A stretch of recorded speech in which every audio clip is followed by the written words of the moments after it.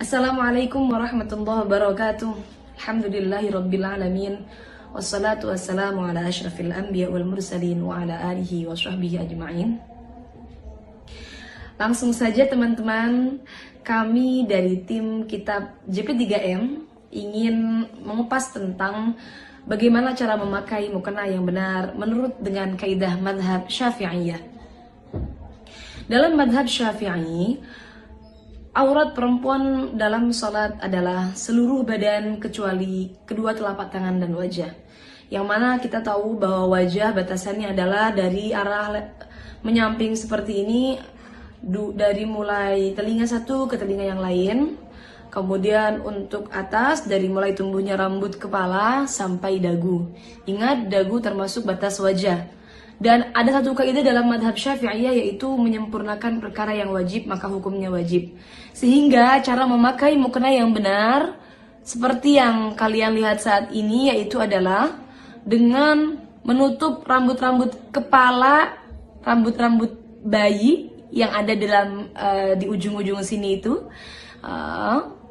Kemudian dengan menutup dagu tidak terlihat, karena ini termasuk menyempurnakan perkara yang wajib. Dan juga pastikan rambut tidak ada yang keluar. Bagaimana kalau rambutnya banyak kecil-kecil di muka? Maka tentunya itu adalah rambut muka, bukan rambut kepala. Yang wajib ditutup adalah rambut kepala. Selesai pembahasan tentang wajah, mana yang boleh kita buka, kemudian kita akan masuk ke pembahasan tangan.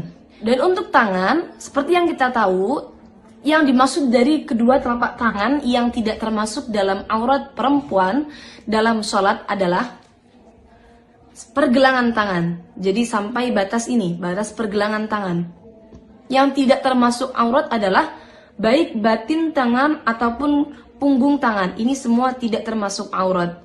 Tapi yang perlu panjenengan ingat, karena batasnya adalah di sini, pergelangan tangan, maka menutup sedikit bagian daripada pergelangan tangan hukumnya adalah wajib.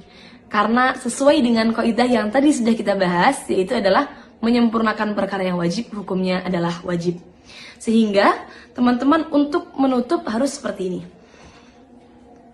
Nah, mohon maaf ini mukena saya agak seret. Nah, seperti ini. Menutup sedikit daripada pergelangan tangan. Ingat, punggung tangan dan juga telapak tangan ini bukan termasuk bagian dari aurat. Sehingga tidak masalah bila mana punggung tangan terbuka seperti ini. Ini bukan termasuk bagian daripada aurat dalam sholat wanita. Kemudian yang perlu kita bahas selanjutnya adalah benda yang digunakan untuk menutupi aurat atau baju yang digunakan untuk menutupi aurat. Yang digunakan untuk menutupi aurat adalah sesuatu yang bisa menutup warna kulit dalam majelis berbincang-bincang, dalam majelis takhotub. Maka bagaimana batasannya? Apakah nerawang atau tidak? Itu batasannya adalah bila dilihat dalam majelis berbincang-bincang, seperti mungkin dengan jarak saya berbincang dengan teman saya, seberapa ngurufnya, seberapa biasanya, kok terlihat warna kulitnya, maka berarti belum mencukupi. Tapi kalau tidak terlihat warna kulitnya, maka sudah bisa dikatakan mencukupi.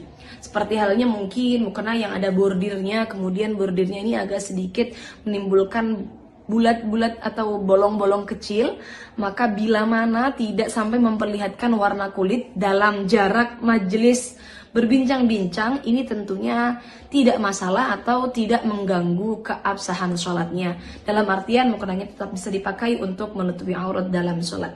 Kemudian yang perlu kita bahas lagi dalam hal menutup aurat dalam sholat adalah hal-hal yang sering terlewatkan.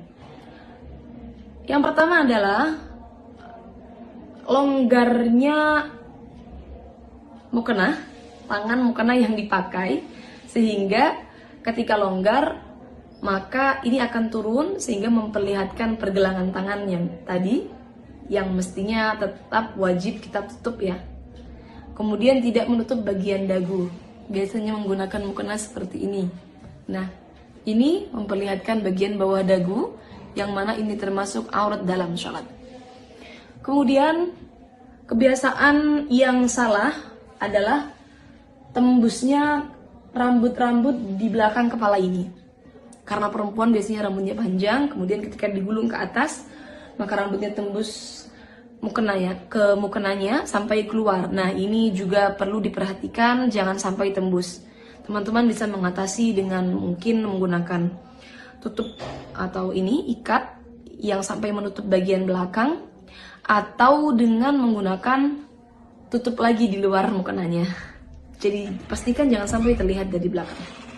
Kemudian selanjutnya yang sering terlewatkan adalah perlu diingat bahwa batin telapak kaki itu tetap termasuk aurat perempuan dalam sholat. Sehingga ketika sholat maka pastikan ketika dalam keadaan sujud batinnya tertutupi.